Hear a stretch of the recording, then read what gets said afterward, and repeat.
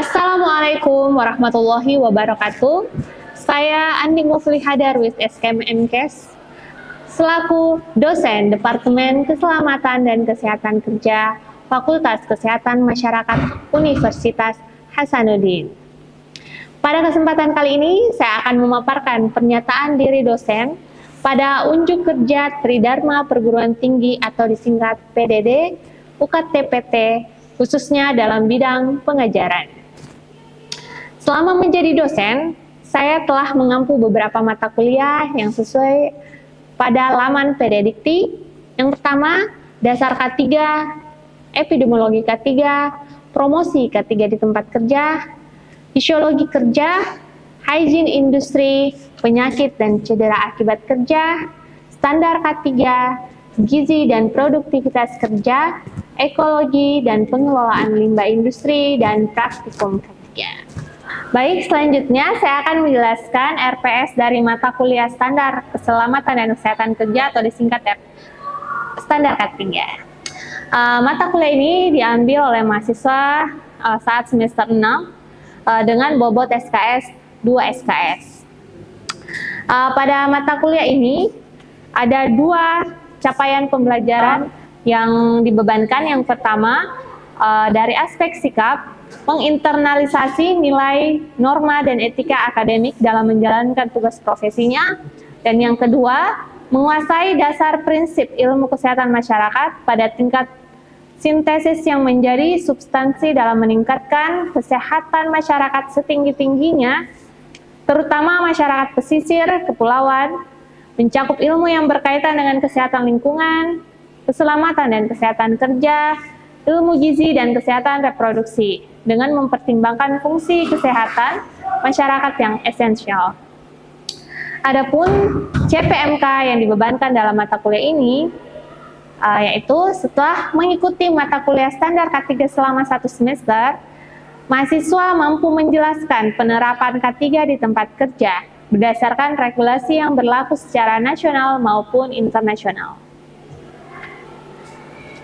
Selanjutnya ada 7 sub CPMK dalam mata kuliah ini. Yang pertama, memahami dasar hukum K3 nasional dan internasional, memahami pelayanan kesehatan tenaga kerja dan BPJS Ketenagakerjaan. Yang ketiga, memahami komunikasi hazard, prosedur keselamatan dan identifikasi bahaya, penilaian dan pengendalian risiko, memahami K3 lift pengangkut orang dan angkut barang, serta instalasi listrik di tempat kerja, memahami penyediaan dan pemakaian alat pelindung diri, memahami pegawai pengawas K3 dan panitia pembina K3, memahami pelaporan PAK dan kecelakaan akibat kerja. Untuk bahan kajian materi pembelajaran, yang pertama dasar hukum K3 internasional, dasar hukum K3 nasional, memahami pemeriksaan tempat kerja, memahami komunikasi hazard dan prosedur keselamatan, mengidentifikasi bahaya, penilaian dan pengendalian risiko, memahami K3 lift pengangkut orang dan barang, memahami instalasi listrik tempat kerja, memahami penyediaan dan pemakaian APD, memahami pegawai pengawas K3, memahami panitia pembina K3, dan memahami pelaporan PAK dan KAK. Untuk dosen pengampu dalam mata kuliah ini ada 5 orang. Yang pertama ada Profesor Yahya Tamrin SKM MKes MOHS PhD, Dr. Masyita Muiz MS, Awaludin SKM MKes, saya sendiri Andi Mufliha Darwis SKM MKes, dan juga Pak Mahfudin Yuskut SKM MKes.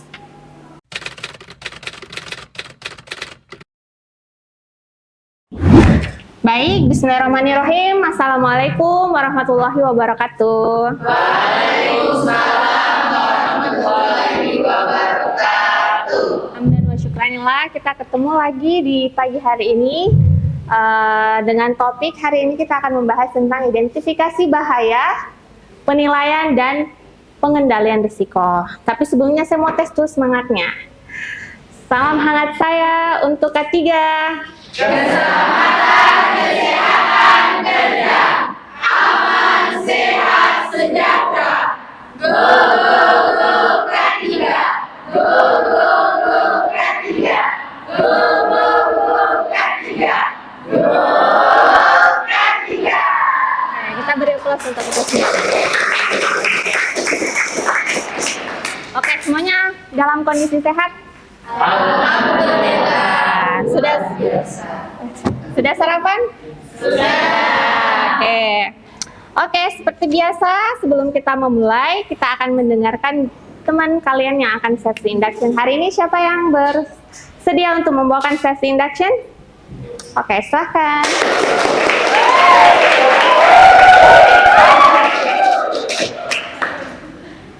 Assalamualaikum warahmatullahi wabarakatuh dan selamat pagi. Waalaikumsalam warahmatullahi wabarakatuh. Selamat datang di ruangan K114 Gedung FKM Unhas Universitas Hasanuddin. Perkenalkan, saya Hairunisa sebagai mahasiswa Departemen Keselamatan dan Kesehatan Kerja Universitas Hasanuddin.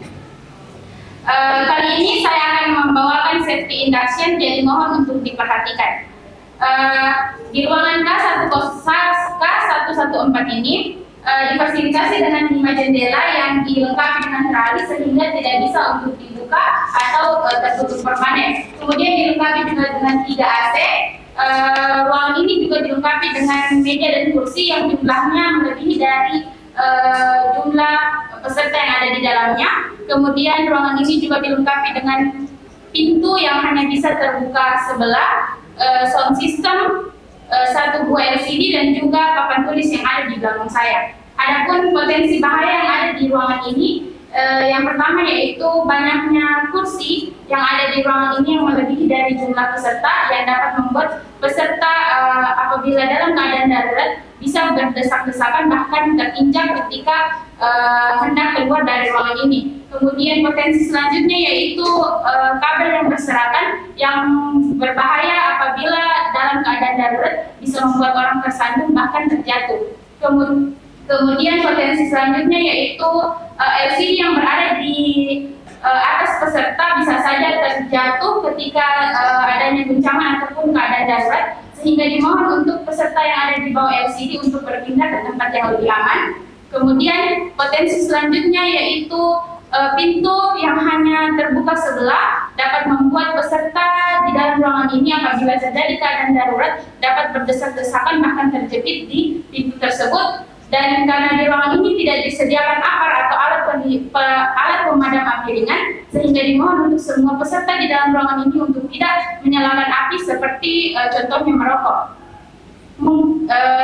Adapun ketika terjadi keadaan darurat, mohon untuk semua peserta yang ada di ruangan ini segera dan tetap teratur untuk keluar melalui pintu dan juga mengikuti jalur evakuasi yang telah ditempel di dinding gedung FKM Unhas dan segera menuju titik kumpul yang ada di parkiran area FKM Unhas. Mungkin itu saja yang dapat saya sampaikan sebagai safety induction kali ini. Terima kasih atas perhatiannya. Sekian, wassalamualaikum warahmatullahi wabarakatuh. Baik, terima kasih Hairunisa. Penampilan pembawakan safety induction yang cukup baik. Hanya saja lupa memberikan pesan keselamatan di akhir. Jadi untuk penampil selanjutnya bisa menampilkan yang lebih baik, oke? Sebelum kita masuk ke materinya, saya mau tahu dulu apakah kalian belajar di rumah atau tidak. Jadi saya mau make sure kalian sudah tahu perbedaannya bahaya dan risiko. Ada yang bisa jelaskan? Perwakilan atas kesempatan Ibu, kalau menurut saya sendiri itu bahaya adalah hal-hal yang bisa menyebabkan kecelakaan. Kemudian untuk risiko sendiri itu adalah akibat dari adanya bahaya di suatu tempat kerja. Oke, thank you. Identifikasi bahaya dan penilaian dan pengendalian risiko ini bisa juga istilahnya di tempat lain namanya HIRAC-nya. Ada juga yang baca HIRAC, ada baca HIRADC atau Hazard Identification, Risk Assessment and Determining Control. Kenapa perlu kita mengetahui cara penilaian risiko ini, identifikasi bahaya, penilaian risiko dan pengendalian ini? Karena di PP 50 tahun 2012 tentang penerapan SMK 3 itu ada poin tentang penilaian risiko. Jadi diminta tabel itu. Jadi memang harus dibuat. Kemudian di SMS Contractor Safety Management System ada di bagian komitmen manajemen diminta datanya. Kalau untuk Pertamina mungkin ya di bagian oil and gas itu ada namanya POSE. Jadi semua mitra-mitra Pertamina itu wajib diaudit POSE oleh Pertamina. Nah, dalam POSE itu ada poin penilaian risiko diminta IBP PR-nya atau HIRADC-nya itu. Kemudian yang terbaru ada ISO 45 ini, ISO 45001 tentang penerapan sistem manajemen keselamatan dan kesehatan kerja ada di bagian penilaian risiko. Jadi hampir semua audit yang berlaku secara nasional maupun secara internasional memerlukan dokumen HIRADC ini. Jadi masuk salah satu kompetensi juga dalam sertifikasi ahli K3 umum. Jadi ketika nanti kalian ikut K3 umum pasti nanti diajar tentang ini. Kan enak kalau kalian nanti masuk sertifikasi, kalian bisa menjadi the expert one. Mungkin kalian yang jadi pemateri di situ sudah tahu banget ya materinya. Nah, apa yang poin kalau kayaknya pekan lalu ada yang menjelaskan hanya 2 ya, bahwa yang diukur frekuensi sama peluang saja. Kalau sebenarnya di HIRADC ini kita pakai standar Australian Standard dan New Zealand Standard itu ada 4 variabel yang diukur. Jadi frekuensi, peluang, akibat, dan level risiko. Nah, ini tadi ya standarnya.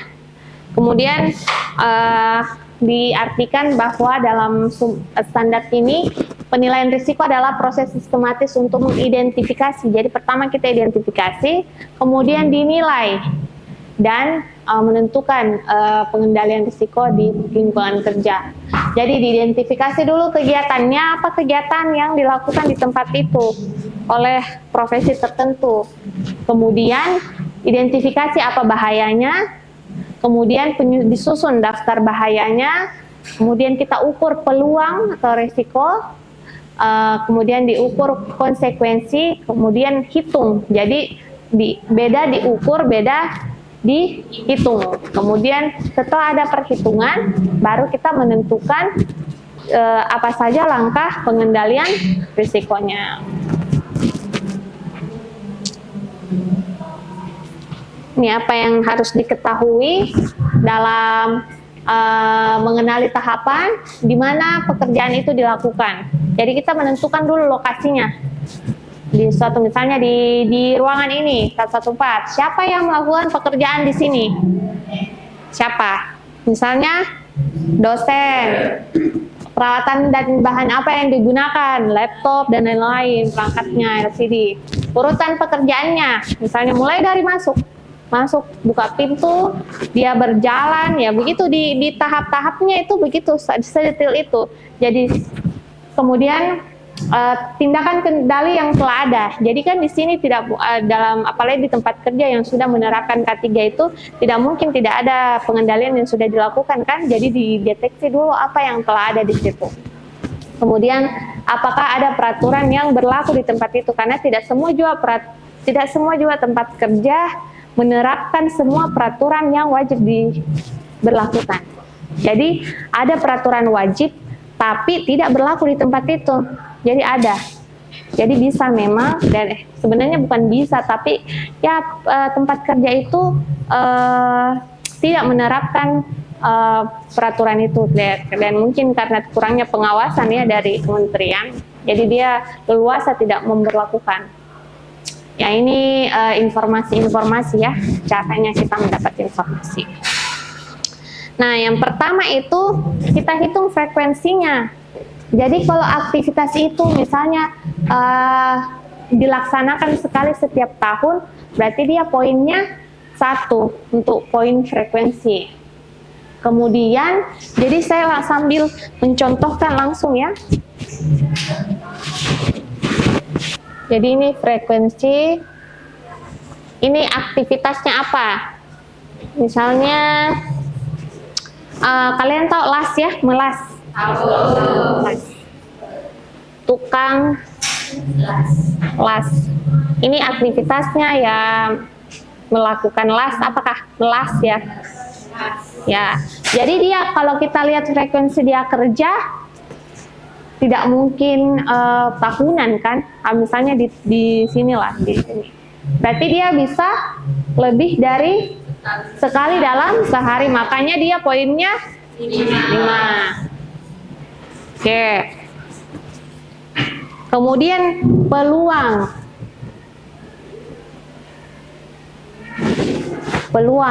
Jika peluang suatu insiden itu mungkin dapat terjadi pada suatu kondisi yang bertahun-tahun baru dia bisa terjadi 1 kali, itu nilainya 1. Tapi kalau misalnya insiden itu bisa terjadi di semua kondisi dan bisa berulang kali, berarti dia 5. Kalau bahaya yang diakibatkan ketika melas itu misalnya terkena percikan ke mata, nah, itu hampir pasti terjadi atau tidak? Hampir. Oke, jadi berapa? 5. Kemudian akibat. Di sini tadi kita akibatnya itu terkena percikan ya, percikan ke mata.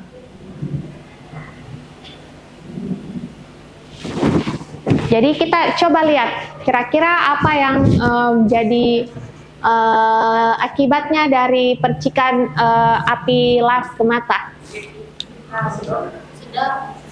Ya, jadi tidak semua ya, misalnya kalau mata sepertinya tidak langsung jadi dia cacat dan lain-lain.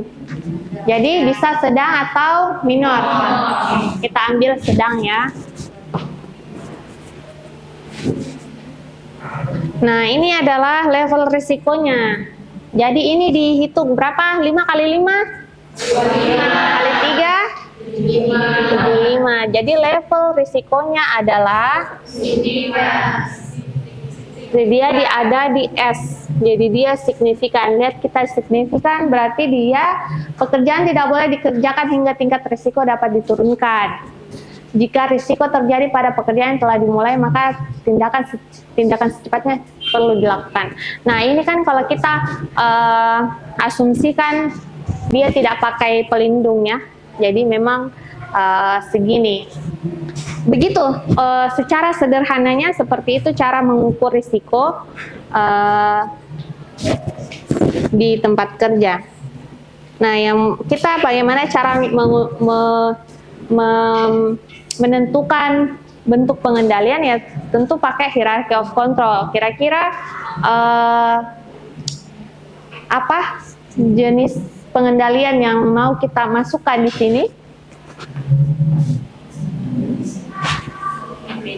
Ya, memang harus APD ya, karena memang langsung berhadapan. Jadi kalau APD kita pakai berarti dia sudah pakai APD di sini. Nah, ketika sudah mengendalikan, kita hitung lagi. Nah, frekuensi dia bisa terjadi percikan mata, gimana? Ya, kita kembali lagi lihat ke sini. Aktivitasnya pasti akan tetap ya, karena memang aktivitas las itu akan terus ada. Nah, peluang terperciknya mungkin berkurang. Jadi mungkin bisa sudah jarang. Nah, ketika terpercik tapi karena dia cuma pakai APD, berarti akibatnya bisa tidak signifikan. Nah, jadi totalnya 5 kali 1 kali 1? 5. Berarti di levelnya adalah trivial. Jadi ini boleh tidak perlu ada penambahan kendali lagi. Kalau sudah sampai ke sini, sudah berarti sudah bisa dia tetap bekerja. Oke? Nah, sekarang untuk make sure kalian tahu cara mengenal risiko, saya tidak akan menyuruh kalian untuk menghitung risiko dulu. Jadi hanya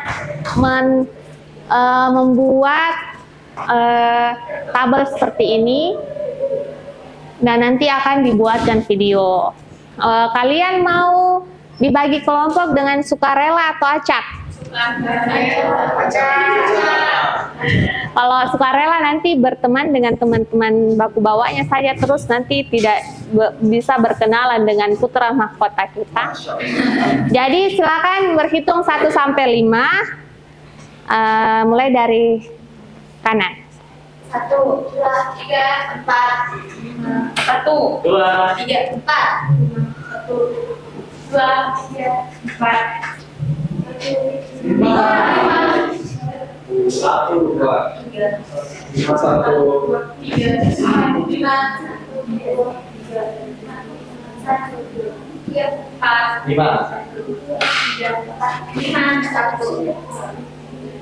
Oke, jadi silakan bertemu dengan temannya, 1 ketemu 1, 2 ketemu 2, 3 ketemu 3, begitu selanjutnya. Oke, silakan ketemu dulu dengan kelompoknya yang akan buat video.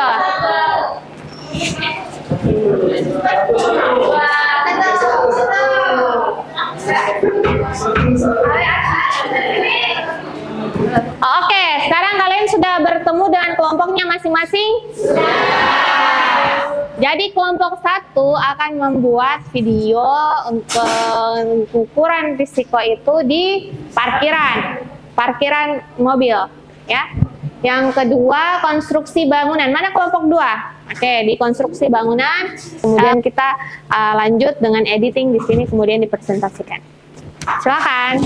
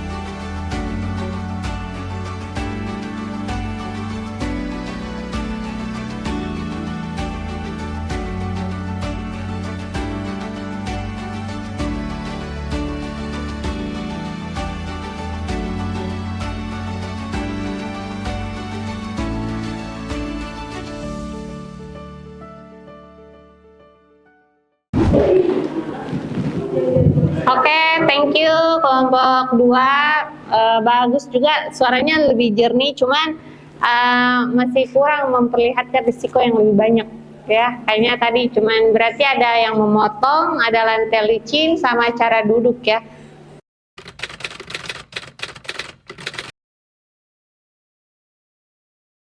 Oke, cukup sekian untuk pertemuan kita hari ini. Terima kasih, videonya sangat bagus. Jadi nanti kita akan bertemu di mata kuliah selanjutnya karena ini sudah keempat ya. Saya jadi sudah selesai. Warahmatullahi wabarakatuh. Terima kasih, Bu. Oke, sama-sama. Demikian video PDD UKTPT saya, semoga bermanfaat. Wassalamualaikum warahmatullahi wabarakatuh.